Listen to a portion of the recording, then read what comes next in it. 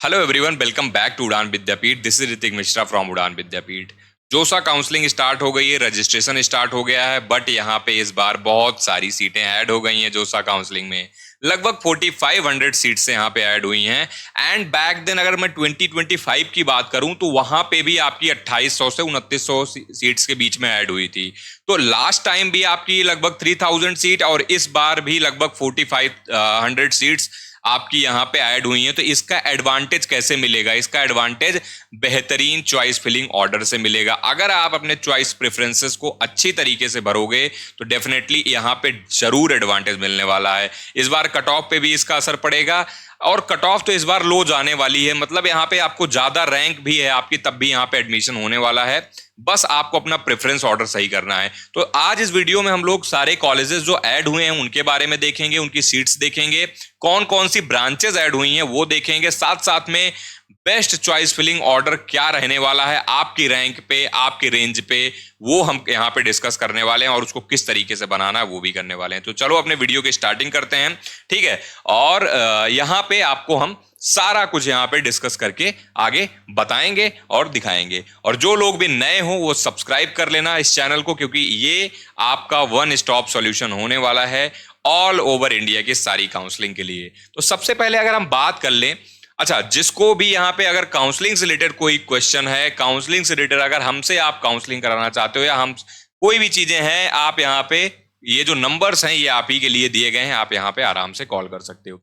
अब इस 2025 में देखो तो 2025 में मैंने बताया ना, 2025 में भी कुछ सीटें ऐड हुई थी।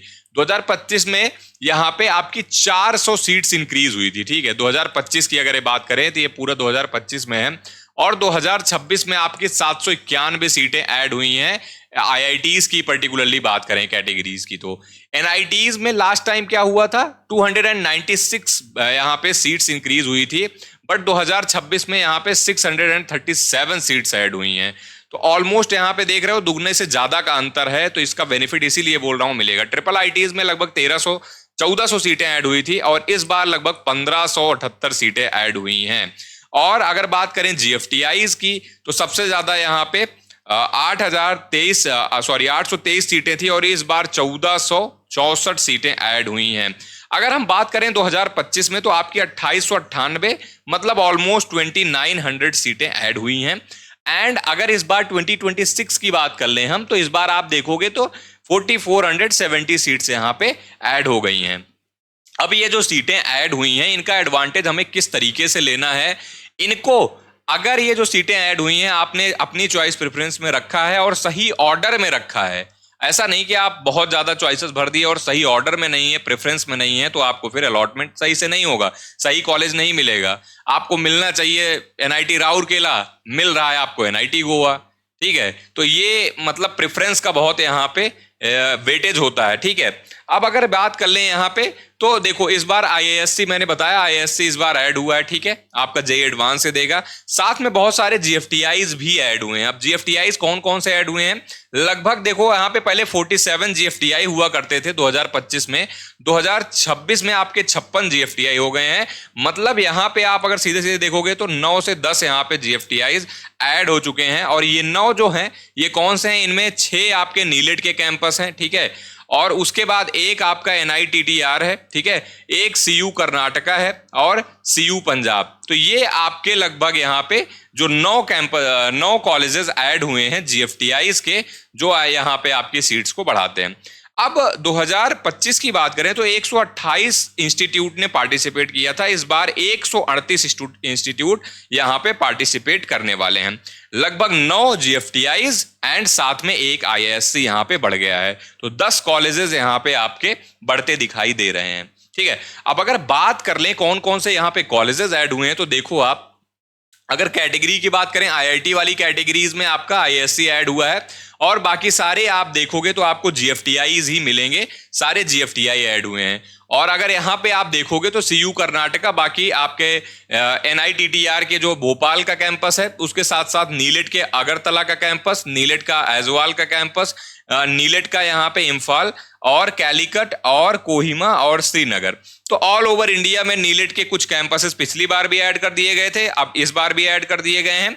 तो नीलिट में जितने भी कॉलेजेस, जितने भी नीलिट के कैंपसेस थे गवर्नमेंट ऑफ इंडिया की तरफ से, वो सारे ही अब ऐड हो चुके हैं फाइनली जीएफटीआईज में। साथ साथ में सेंट्रल यूनिवर्सिटी या पंजाब बठिंडा भी यहाँ पे ऐड हो गया है। अब इनमें सीट्स कितनी ऐड हुई हैं इनकी भी बात कर लेते हैं, ठीक है। तो अगर यहाँ पे पर्टिकुलरली बात करो आईआईएससी बैंगलोर में क्या क्या यहाँ पे मिल रहा है, aerospace engineering, material science engineering, mathematics and computing, अब 25, 25 एंड 50 यहाँ पे आपका मैथमेटिक्स एंड कंप्यूटिंग में जो है सबसे ज्यादा सीटें 50 हुई हैं, ठीक है। और मैकेनिक्स एंड कंप्यूटिंग में भी आपका यहाँ पे केवल 25 सीटें ऐड हुई हैं। आईआईटी दिल्ली की बात कर लें, आईआईटी दिल्ली में आपको देखो अबू धाबी कैंपस वाला है ये, ठीक है। ये बहुत सारे बच्चों के लिए रिलेटेबल नहीं रहेगा, लेकिन अच्छा बीएस इन मैथमेटिक्स जो आईआईटी मद्रास का ऑलरेडी बहुत सक्सेसफुल प्रोग्राम है, उसमें 20 सीटें ऐड हुई हैं, ठीक है। आईआईटी कानपुर में इंटेलिजेंट सिस्टम आ चुका है, ठीक है, 4 ईयर बैचलर वाला है, इसमें भी 30 सीटें ऐड हुई हैं। आप आईआईटी खड़गपुर का देखोगे बायोमेडिकल इंजीनियरिंग ऐड हुआ, इसमें भी 30 सीटें ऐड हुई हैं। आईआईटी इंदौर के आप 2 कोर्सेज या 3 कोर्सेज यहाँ पे देखोगे, ठीक है। 3 कोर्सेज के अंदर आपको लगभग सारे में लगभग 30 सीट्स यहाँ पे ऐड होती दिखाई देंगी, ठीक। अब अगर बात करें यहाँ पे ऐसे ही करके आप देखोगे तो IIT Ropar, IIT Jodhpur, IIT Dhanbad, IIT Mandi, तो ठीक है, इनमें भी आपकी लगभग आईआईटी जोधपुर में 4 ब्रांचेस, आईआईटी धनबाद में 2 ब्रांचेस, आईआईटी मंडी में 3 ब्रांचेस और आईआईटी रोपर में 1 ब्रांचेस। ऐसे ही करके आप यहाँ आईआईटी जम्मू में 2 ब्रांचेस, आईआईटी पलक्कड़ में 1 ब्रांच और आईआईटी धारवाड़ में यहाँ पे आपकी 2 ब्रांचेस ऐड हुई हैं। तो टोटल आपका आप देखोगे अगर सिग्निफिकेंट नंबर ऑफ सीट्स जो इंप्रूव हो रही हैं वो आईआईटीज के लिए काफी ज्यादा हो रही हैं। साथ साथ में जीएफटीआईज में भी बहुत फर्क है, ठीक है। अगर मैं बात कर लूं यहाँ पे एनआईटीज की, तो आप देखो एनआईटी नागपुर में एक तो देखो टेक ब्रांचेस भी ऐड हो रही हैं। सबसे इंपॉर्टेंट तो ये है टेक, सारी टेक ब्रांचेस, उसके बाद आपकी इलेक्ट्रॉनिक्स की जो स्पेशलाइजेशन ब्रांचेस है, इंजीनियरिंग फिजिक्स है, ठीक है, केमिकल टेक्नोलॉजी की यहाँ पे 60, 30 और 60, 30 ये ऐसे करके यहाँ पे आपका सीट मैट्रिक्स है, ये ऐसे ऐड हुई हैं, ठीक है। अब अगर बात करें हम एनआईटी जालंधर की, तो यहाँ पे भी देखो टेक ब्रांचेस ही ऐड हुई हैं। तो इसीलिए बोल रहा हूं कि ये सारी जो ब्रांचेस हैं आपकी आपके चॉइस फिलिंग में होनी चाहिए। That's why I am saying कि these branches needs to be in your choice filling because they are the good branches. ये आपको आगे चल के 4 साल बाद इसका रिटर्न मिलने वाला है, ठीक है। मैथमेटिक्स एंड कंप्यूटिंग आप आईएसटी शिवपुर में, अप्लाइड जियोलॉजी, फिजिक्स और केमिस्ट्री, ये 5 ईयर के कोर्सेज हैं ये तीनों, तो ये आप अपने अकॉर्डिंग रख सकते हो। अच्छा, चॉइस फिलिंग बनानी कैसे, उस पर भी आते हैं। पहले हम सारा डिस्कस कर लेते हैं कि आपके कौन कौन सी यहाँ पे ब्रांचेज ऐड हुई हैं। आप देखोगे ट्रिपल आईटी इलाहाबाद में, ट्रिपल आईटी में 3 ब्रांचेज यहाँ पे 3 ब्रांचेज की सीट्स यहाँ पे क्या हो गई हैं आपकी, बढ़ गई हैं। आप देखो कौन कौन से, इंफॉर्मेशन टेक्नोलॉजी, बीटेक आईआईटी, ठीक है, ईसीई, उसके बाद यहाँ पे आप ट्रिपल आईटी गुवाहाटी देखोगे तो ईसी और एआई, ठीक है, ये सबसे इंपॉर्टेंट है। अभी तो जमाना ही चल रहा है, आप तो जान ही रहे हो। ट्रिपल आईटी पुणे में आप देखो cyber security, micro electronics and VLSI, artificial intelligence and data science. Triple IT Surat में मैथमेटिक्स एंड कंप्यूटिंग आप देखो, तो देखो ट्रिपल आईटीज तो बनाए ही गए हैं टेक ब्रांचेस के लिए, कंप्यूटर साइंस इंजीनियरिंग के लिए, ईसीई के लिए, ठीक है, आईटी के लिए। तो ये सारी ब्रांचेस यहाँ पे ट्रिपल आईटी में जितनी ऐड होंगी, मतलब कुछ को छोड़ करके मोस्टली जो आपकी होंगी वो सारी टेक ब्रांचेस ही यहाँ पे ऐड होंगी, ठीक है। ऐसे ही अगर आप आगे देखोगे यहाँ पे भी आपको ट्रिपल आईटीज में एनआईटीज की, यहाँ पे एनआईटी वारंगल, राउरकेला, इलाहाबाद, कैलीकट, एमएनआईटी जयपुर, मतलब आपके टॉप सारे एनआईटीज की यहाँ पर ब्रांचेस अपडेट हुई हैं, ठीक है।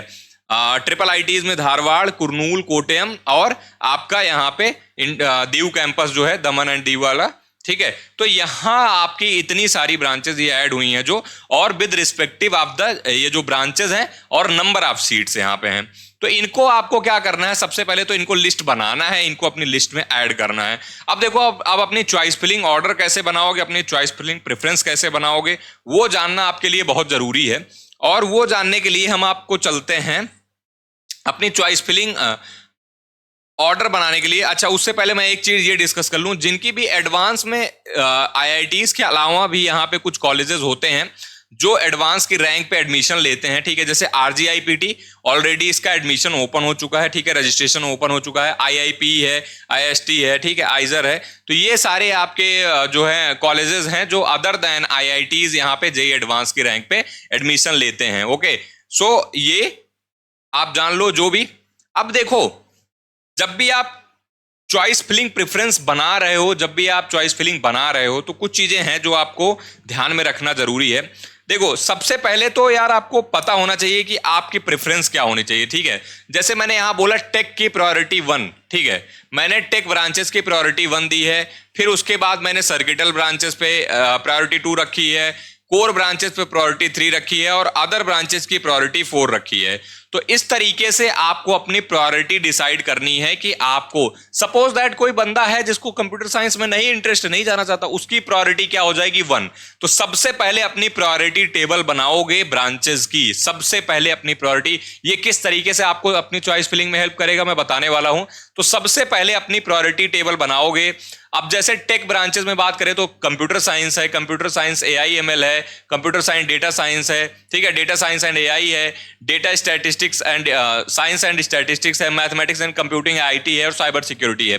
तो ये सारी आपकी टेक ब्रांचेस हैं। और उसके बाद अगर बात करें सर्किटल में, तो ईसी ब्रांचेस देखने को मिलेंगी, इसका वीएलएसआई स्पेशलाइजेशन है, ठीक है, माइक्रो इलेक्ट्रॉनिक्स एंड वीएलएसआई है। इसके बाद आपका ट्रिपल ई है, electronics and electrical engineering, electrical engineering है। अच्छा, इलेक्ट्रिकल में भी अब ऑटोमेशन, पावर, इलेक्ट्रिक व्हीकल और करके ऐसे करके यहाँ पे आने लगा है।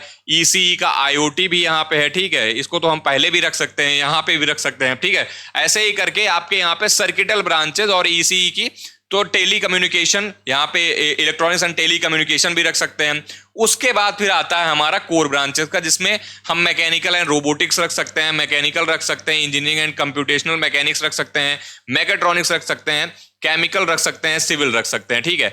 अब देखो, जरूरी नहीं है कि जो सीक्वेंस मैंने फॉलो किया है यही सीक्वेंस आप भी फॉलो करोगे। आपके लिए यहाँ पे प्रायोरिटीज डिफरेंट हो सकती हैं, आपके लिए ब्रांच यहाँ पे डिफरेंट हो सकती हैं, ठीक है। बट इन जनरल अगर मैं ऑर्डर की बात करूं तो इन जनरल ऑर्डर यही रहने वाला है। बट जब भी आपकी चॉइस फिलिंग बनेगी, आपकी कुछ सर्टेन रैंक होगी, आपकी कुछ पर्टिकुलर रैंक होगी, आपकी कुछ कैटेगरी होगी, आपका कुछ होम स्टेट होगा, तो उसका अकॉर्डिंग देखते हुए आपको कहां पे मिल रहा है, तो वो सारी चीजें भी मैटर करती हैं। केवल यही देख के ही नहीं करना है। तो ये आपका पहला स्टेप होने वाला है। तो इस तरीके से आप अपनी प्रायोरिटी टेबल बनाओगे। अब आपकी बन गई प्रायोरिटी टेबल, तो आपको यह जानना पड़ेगा कि भाई मेरे जो कॉलेजेस, जो मैं, क्योंकि यहां पे आपके कौन कौन से colleges, IITs, triple ITs, GFTIs and आपके ट्रिपल, हाँ, IITs, NITs, GFTIs and triple ITs. तो 4 टाइप के कैटेगरी वाले कॉलेजेस हैं। तो उनमें मैं किस कैटेगरी में आता हूं? अगर मैं आईआईटी वाले कैटेगरी में आता हूं तो आईआईटी वाले जो कॉलेजेस हैं उनका मुझे प्रायोरिटी बनाना पड़ेगा पहले, ठीक है। अगर मुझे आईआईटीज में मिल रहा है, क्योंकि आपको पता ही होगा आपकी जेईई एडवांस में अगर रैंक 10-12 हजार तक है, 13 हजार तक है, तब भी यहाँ पे 14 हजार तक, मैंने आईआईटी पे ऑलरेडी वीडियो बनाया था, 14-15 हजार तक भी आईआईटी आपको मिल जाता है, ठीक है। अब क्या करोगे? उसके बाद आप यहां पे क्या करने वाले हो, ठीक है। अब उसके बाद क्या करोगे आप? जैसे जो एनआईटी वाले हैं उनको, वो क्या करेंगे, अपना एनआईटी का प्रेफरेंस बनाएंगे, ठीक है। अब आप देखोगे कि अगर मैं एनआईटीज की रेंज में हूं तो मुझे आपको यहां पे एनआईटीज का बना। उसके बाद क्या करना है, आप ट्रिपल आईटीज में हो, इसके बाद आप ट्रिपल आईटीज में हो, ठीक है, ट्रिपल आईटीज में हो तो आप ट्रिपल आईटीज का बनाओगे, ठीक है। अभी तो मैं कॉलेजेस के ऑप्शन बता रहा हूं, आपको आपकी रैंक पे मिल क्या रहा है उसकी लिस्ट आपको बनानी है। अप्रोच आपको बताता हूं क्या अप्रोच रखनी है, ठीक है। सबसे पहले आपको अपने कॉलेज लिस्ट, अपनी रैंक पे जो जो ऑप्शंस मिल रहे हैं वो लिस्ट आपको तैयार करनी है। उसके बाद आपको अपना प्रायोरिटी ब्रांच आइडेंटिफाई और होम स्टेट, किस स्टेट में आपका कौन सा आईआईटी, एनआईटी, ट्रिपल आईटी और जीएफटीआई मिल रहा है वो देखना है अपने होम स्टेट में। और उसके बाद अपनी ब्रांच की प्रायोरिटी सिलेक्ट करनी है, ठीक है। उसके बाद जो भी आपको कॉलेजेस मिल रहे हैं उनका इंडिविजुअल ब्रांच वाइज प्लेसमेंट और उस कॉलेज का ओवरऑल परसेंटेज प्लेसमेंट आपको चेक करना होगा। सपोज दैट अगर मैं बात कर लूं, आपको सपोज दैट यहां पे कोई एनआईटी मिल रहा है, सपोज दैट यहां पे बात करते हैं, ठीक है, ट्रिपल आईटी, हम एनआईटी की बात करते हैं। अगर मुझे एनआईटी दिल्ली मिल रहा है, ठीक है, या मुझे सपोज दैट बात कर लेते हैं एनआईटी जमशेदपुर मिल रहा है, तो एनआईटी जमशेदपुर की सारी डिटेल ना मेरे पास होनी चाहिए।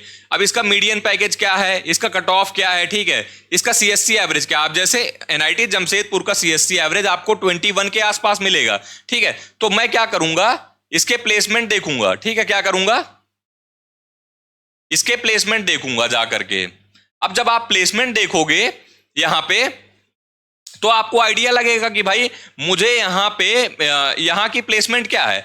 अब आपको अगर एनआईटी जमशेदपुर मिल रहा है, आप अगर टीयर 2 एनआईटीज में जाना चाहते हो, तो आपको कहाँ पे इनका प्लेसमेंट क्या है, ठीक है, ये पता होना चाहिए आपको यहाँ पे। अब यहाँ पे अगर देखोगे, आपको एवरेज सीटीसी देखोगे तो सीएससी का आपको 20.24 मिलेगा। हाईएस्ट सीटीसी देखोगे सबका 18, 82, 82, 82, 18, 17, 14। तो यहां पे आप देखोगे ओवरऑल जो परसेंटेज प्लेसमेंट है ना, वो बहुत ही बेहतरीन रहा है। इवन यहां की जो इंटर्नशिप्स आप देखोगे, ठीक है, जो इंटर्नशिप्स लगी हैं वहां इन्होंने डायरेक्टली यहां पे कंपनीज लिख दी हैं, इतने सारी कंपनीज में इंटर्नशिप्स में बच्चे गए हैं।